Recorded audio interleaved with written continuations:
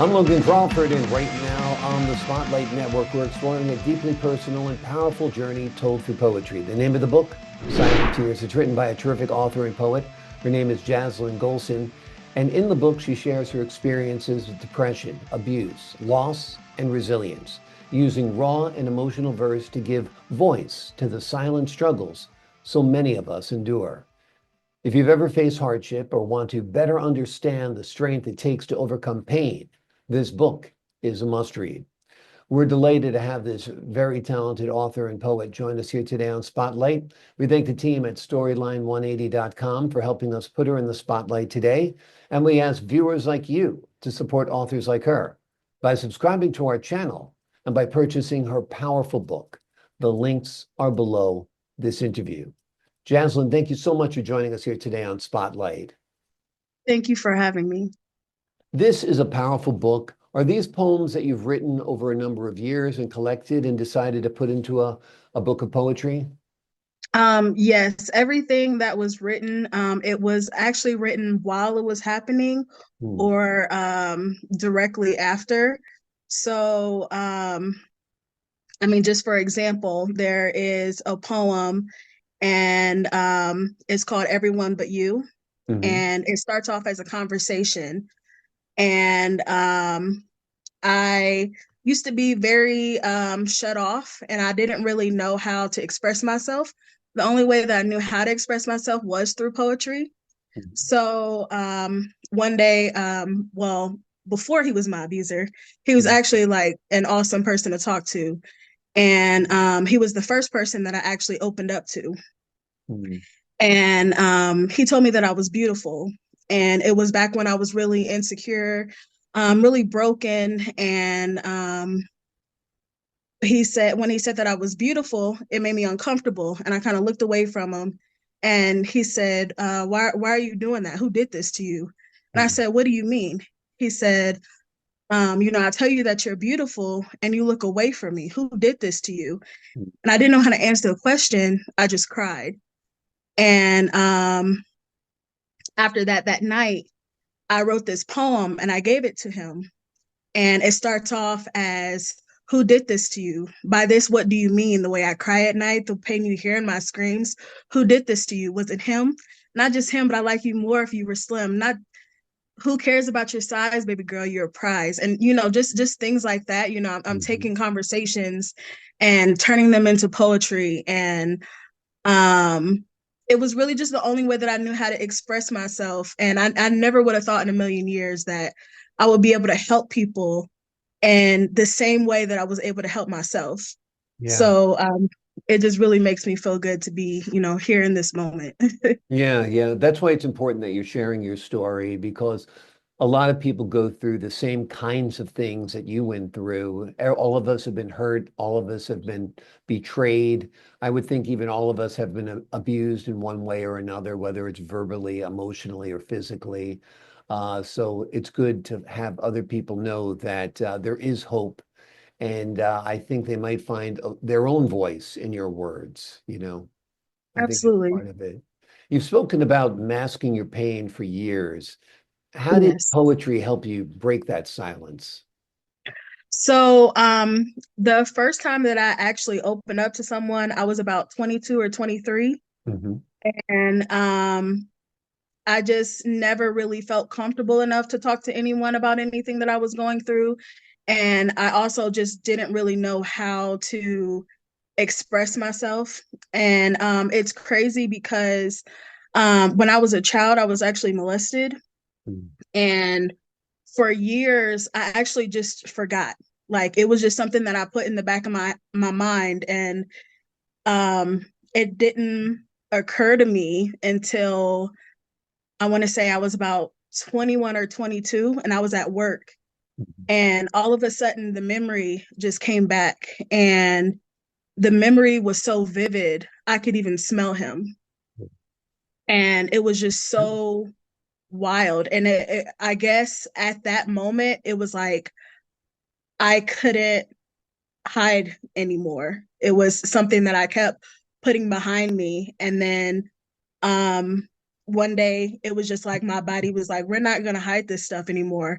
And, not just that, with anything that I've been through, I've found that I find so much healing in talking about it.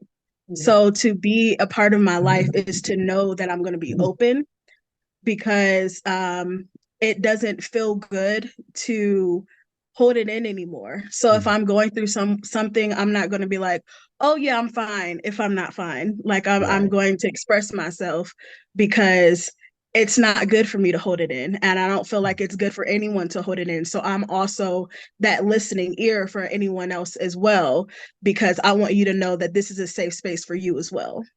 Wonderful, wonderful. I think that's important for, like I said, for people to see their own experience through yours and to speak up like you have. And now Yeah. that you've published these works, you've really put it out there in the public arena. And I think that's terrific. It took a lot of courage, but it's also going to help a lot of people. Now, your book touches upon depression, abuse, loss, even near-death experiences. Which part Mhm. in this collection, in this book, was hardest to write? Um, I would say the hardest one for me to write, but also the most powerful, I think, is Little Black Bird. And the reason that I say that, it is a little bit of both, is because it surrounded the time when I finally got away from my abuser.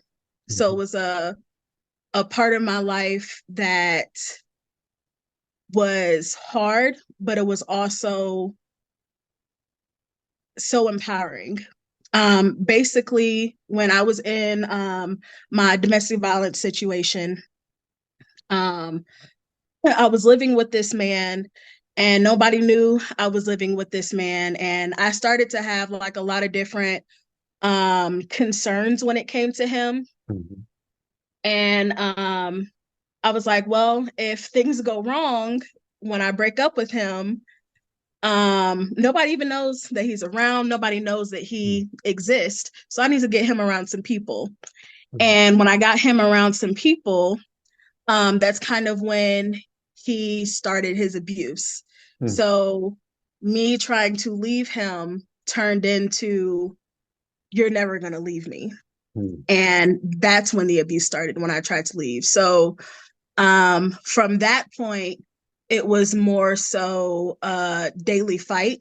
Everything that happened to me, it happened to me within a month. A lot of times in domestic violence situations, it happens over the years, and men will kind of spread it out and stuff like that. But with mine, it was a daily fight, because it was more so of, you're not going to leave me. And I kept trying to leave.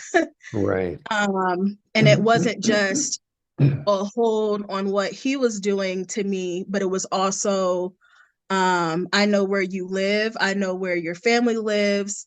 I am not just going to attack you again. When I get out of jail, I'm going to attack them. So now it's put me in a place where I don't know, not only have I put myself in a situation, I've put my family in a situation, and I love and care about them. So I'm not going to allow this man to harm anybody else the way that he's harming me. So basically, the way that I saw it was, I needed to stop being afraid of him. Mhm. And because if my family was to fight him off or whatever they wanted to do, or he went to jail or whatever, I couldn't spend the rest of my life looking over my shoulder and being like, where is he? What am I going to do? Like, I could not keep being afraid of him. So um, the day that I realized that I was not afraid of him anymore, he actually pointed a gun at me while I was on the interstate. Mhm. And while I was driving, um, he had a loaded gun, and he was like, I should kill you. And at that point, I felt like there was literally nothing else that he could do to me. So I said, pull the trigger. And he said, what? You think I won't? So he put the gun to my head, and he said, I should kill you. And I started screaming, and I said, pull it, pull it, pull it. And he put the gun down. And I hate that it had to get to that point, But that point was the moment that I realized that I could scare him. And ever since then, I've never been able to be afraid of anyone else. And the actual day that I did get away from him, we were at a party, and we ended up getting kicked out of the party because he ended up fighting me at the party. So basically ruined the party. Mm-hmm. So when we left, he was mad about it. We got to the house, and he turned all the lights off in the house, and he got a lighter and some hairspray and made a blowtorch, and he chased me around in the dark, and like just to like mentally torture me. And then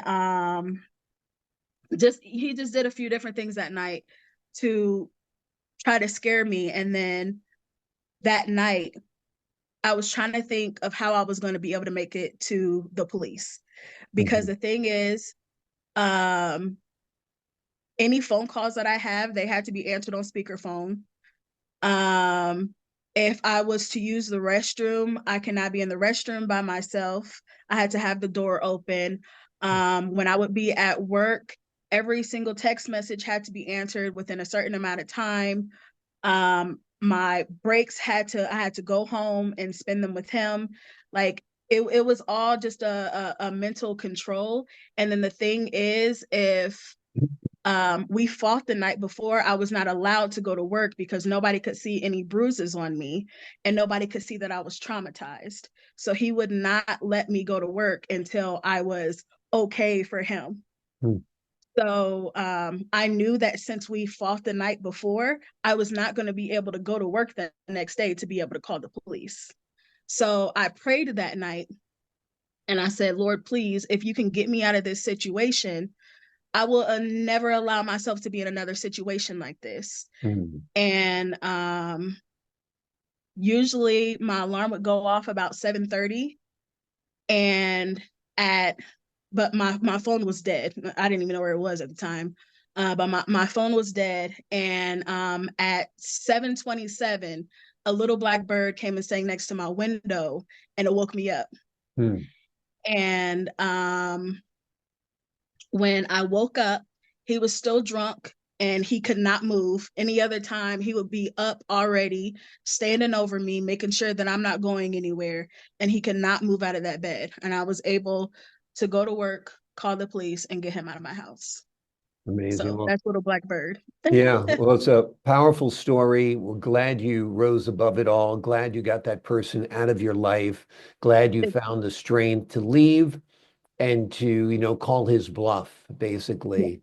Your work is wonderful. It's contained within the pages of this book. Folks at home, the name of the book is Silent Tears. In it, Jaslynn shares her experiences with depression, abuse, loss, and resilience, using raw and emotional verse to give voice to the silent struggles of so many who endure similar circumstances.